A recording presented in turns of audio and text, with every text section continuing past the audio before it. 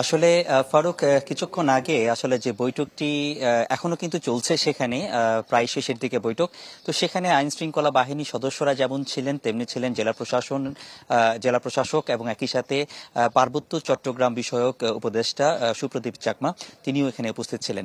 তো তাদেরকে এখানে আসলে বিভিন্ন পক্ষের বক্তব্যগুলো শুনেছেন, রাজনৈতিক দলগুলোর সাথে এবং একই সাথে স্থানীয় যেসব লোকগুলো আছে তাদের বক্তব্যগুলো শুনেছেন। তো সেখানে আসলে যে বক্তব্যগুলো আসলে দেওয়া হয়েছে, সেখানে কি কারণে এই ঘটনাগুলো ঘটছে এবং কিভাবে এটি নিরসন করা যায়, এই বিষয়গুলো নিয়ে মূলত আলোচনা হয়েছে।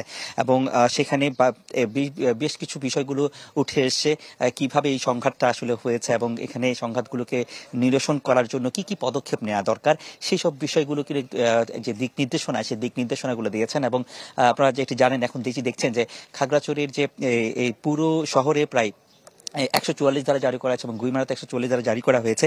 সেই 144 ধারা জারিটা যাতে সঠিকভাবে পালন করা হয় এবং একই সাথে কোন আইন শৃঙ্খলা বাহিনী যাতে কোনোভাবে কোনো জায়গায় ছাড় না দেওয়া হয়, সেই বিষয়গুলো কিন্তু সিদ্ধান্ত নেওয়া হয়েছে।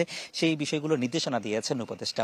এবং তারা যেটি বলছেন, এই অঞ্চলের, অর্থাৎ এই খাগড়াছড়ি এলাকা সহ অর্থাৎ পার্বত্য চট্টগ্রামে সম্প্রীতি বজায় রাখার জন্য যে সর্বোচ্চ যা যা করা দরকার, তার জন্য সবটুকু যেন আইন শৃঙ্খলা বাহিনী করেন এবং সেটা যেন একেবারেই নিরপেক্ষভাবে করেন, সেই বিষয়টি কিন্তু এখানে নিশ্চিত করার কথা বলা হয়েছে।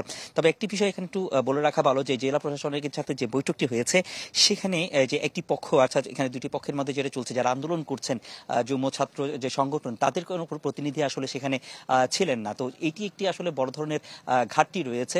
যদিও বিভিন্ন সংগঠনগুলো রয়েছে, বিভিন্ন রাজনৈতিক সংগঠনগুলো রয়েছে এবং বিভিন্ন জাতিগোষ্ঠীর মানুষজন এখানে রয়েছেন, প্রতিনিধিরা রয়েছেন, তারপরেও জম্মু যে ছাত্র সংগঠন যেটি রয়েছে, যারা আন্দোলন করছেন, তাদের পক্ষ থেকে আসলে প্রতিনিধি থাকলে বিষয়টা আরো সমঝোতা করা যেত বলে এখানে অনেকজনই কিন্তু প্রতিনিধি, যারা জনপ্রতিনিধিরা আছে, তারা সেটি বিষয়টা তুলে ধরেছেন। তো সার্বিক বিষয়ে সেখানেও একটি নেতৃত্বের আসলে ঘাটতি রয়েছে, কারণ কারা আসলে একটি নেতৃত্ব দিচ্ছেন সেই বিষয়টা খোঁজখবর নেওয়ার বিষয় রয়েছে প্রশাসনের পক্ষ থেকে। প্রশাসনও সেই বিষয়টি কিন্তু খোঁজখবর নিচ্ছেন।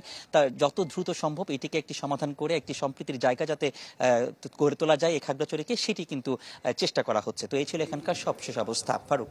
রনি, আপনাকে ধন্যবাদ। দর্শক, খাগড়াছড়ির সার্বিক পরিস্থিতি জানাচ্ছিলেন সহকর্মী রনি দত্ত।